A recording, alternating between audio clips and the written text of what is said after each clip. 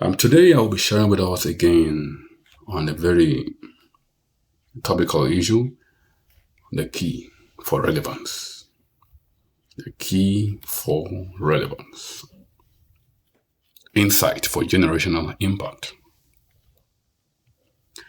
And we'll be taking our bearing from Matthew chapter 5, verse 13 to 16. But the subject of relevance, it's what you and I need today, that anywhere you and I have found, it should be said concerning you and I, either in our careers and our businesses, that someone has left an indelible mark in their area of calling. Matthew chapter 5 verse 13 16 says, "You are the salt of the heart, but if the salt loses its saltness, how can it be salty again? It's no longer good for nothing, except to be thrown out and trampled under the foot." Verse 14 says, "You are the light of the world, a town built or a city built on the hill that cannot be hidden. Neither do people light a lamp and put it under a bowl. Instead, they put it on the stand and give it light to everyone in the house.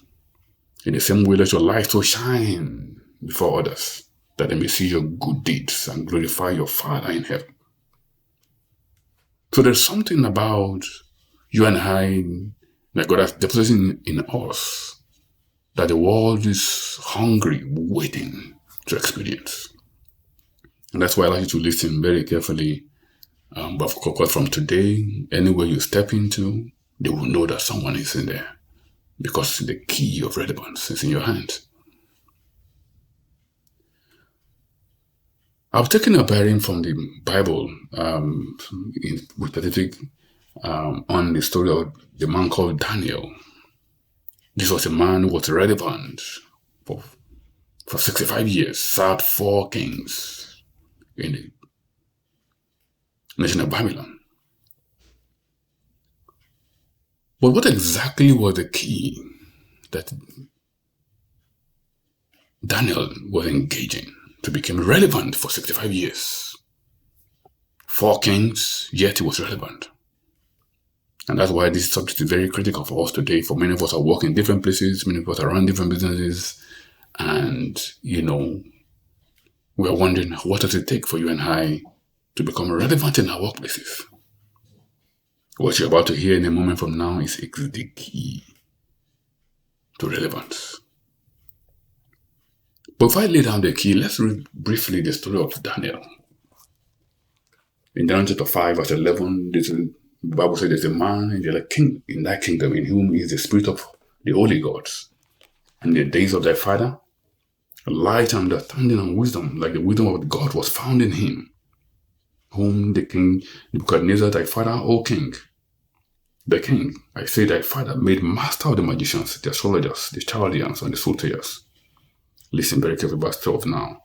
For as much as an excellent spirit and knowledge and understanding, interpretation of dreams and showing of hard sentences and dissolving of doubts were found in him, in the same Daniel, whom the king named Belshazzar. Now let Daniel be called, and he will show thee the interpretation. Concerning Daniel, we are told that he had an excellent spirit that no one can ignore. And so that the roots of the relevance of Daniel in the nation of Babylon is the spirit of excellence, otherwise called the spirit of wisdom. So for you and I to be relevant in all that we do, anywhere we step in, you and I must possess the key, the spirit of excellence. But let me say here that God is a giver of the spirit of excellence. In Daniel, the same Daniel chapter 1 verse 17, we are told that for these Daniel, these 4 children, God gave them knowledge and skill in all learning and wisdom. And Daniel had understanding in all visions and dreams.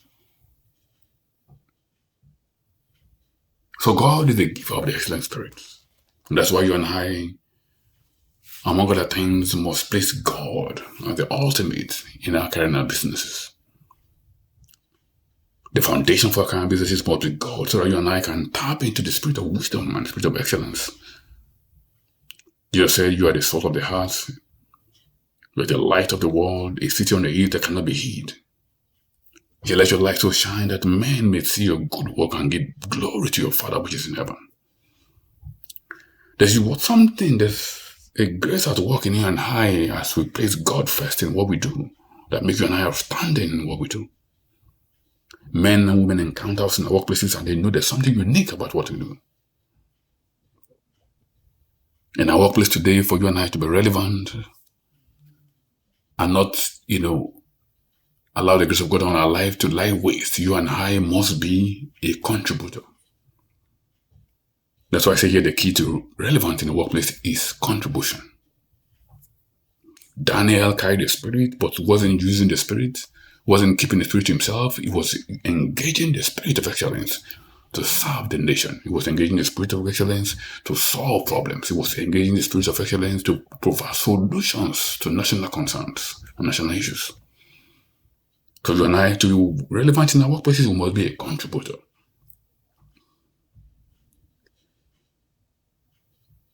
Just like Daniel, I've had the privileges of working in diverse places, and one of the things that I've found as a common denominator in all of these places is the fact that the more you contribute, the more you are committed to making contributions, the more relevant you are in your workplaces.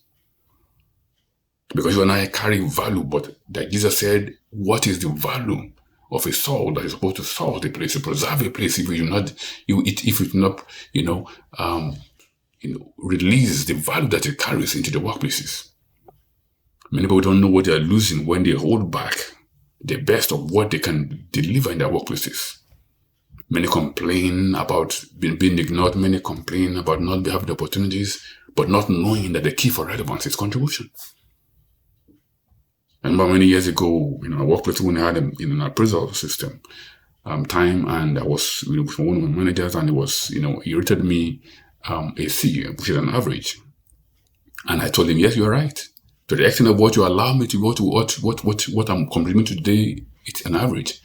But what the good news is, I can deliver more if you give me the opportunity to be able to handle this, handle that in the coming year. Then we took it as a challenge. And he said, okay, all right. If you think so, I said, yes, I know so. And then we had the opportunity in the following year, and some of the things that were a concern to him that I knew was a bother to the department came into my direct purview. I dealt with it, and by the second appraisal year, I moved from a C to an A contributor. And then everything changed from that time going forward. What am I saying here today? The more committed you are to contributing in your workplace, the more committed you are in serving your customers, the more relevant you become, like Daniel. And the same applies to the story of Joseph. Joseph was ever, applying himself to wherever he found himself.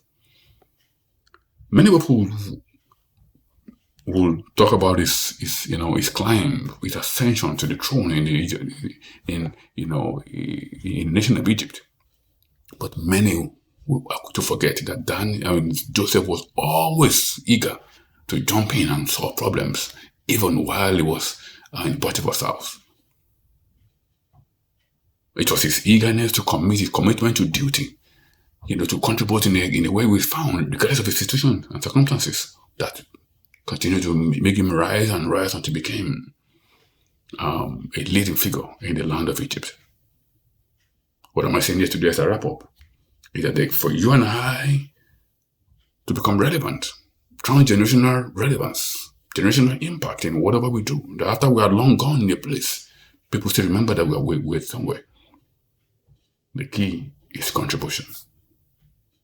And my prayer today for every one of you listening to me, that today will mark the turn of a new day for you, the turning point where you not only hold back what endowment you have, that in whatever you do today, you will refuse to be a man pleaser.